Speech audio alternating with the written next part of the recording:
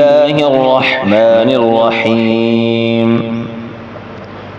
تبارك الذي بيده الملك وهو على كل شيء قدير الذي خلق الموت والحياة ليبلوكم أيكم أحسن عملا وهو العزيز الغفور الذي خلق 7 سماوات طباقا ما ترى في خلق الرحمن من تفاوت فارجع البصر هل ترى من فطور ثم ارجع البصر كرتين ينقلب إليك البصر خاسئا وهو حسير ولقد زينا السماء الدنيا بمصابيح وجعلناها رجوما للشياطين وأعتدنا لهم عذاب السعير وللذين كفروا بربهم عذاب جهنم وبئس المصير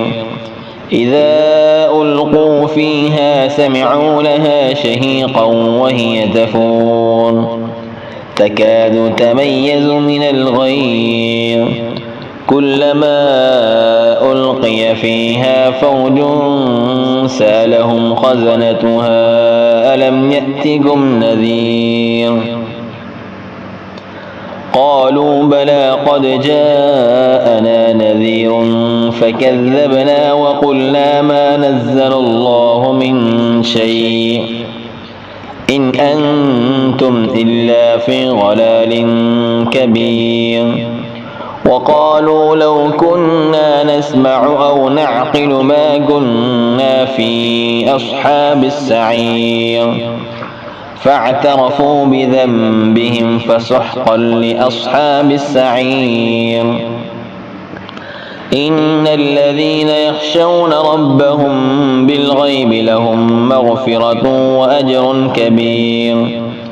وأسروا قولكم أو اجهروا به إنه عليم بذات الصدور ألا يعلم من خلق وهو اللطيف الخبير والذي جعل لكم الأرض ذلولا فامشوا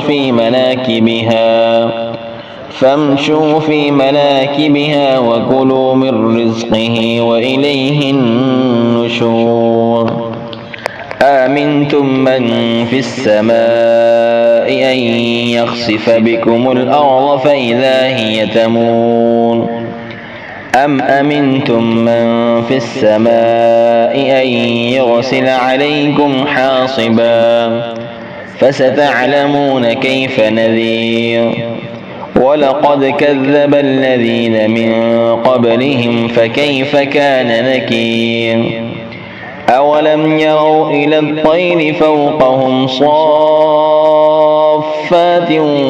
ويقبضن ما يمسكهن إلا الرحمن إنه بكل شيء بصير أمن هذا الذي هو جند لكم ينصركم من دون الرحمن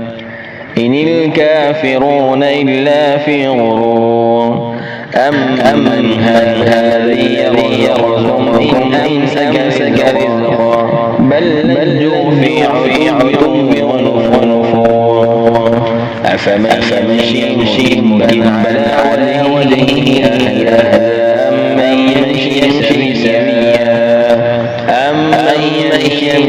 سويا على صراط مستقيم قل هو الذي أنشأكم وجعل السمع والأبصار والأفئدة قليلا ما تشكرون قل هو الذي ذراكم في الأرض إليه تحشرون ويقولون متى هذا الوعد إن كنتم صادقين قل إن العلم عند الله وإن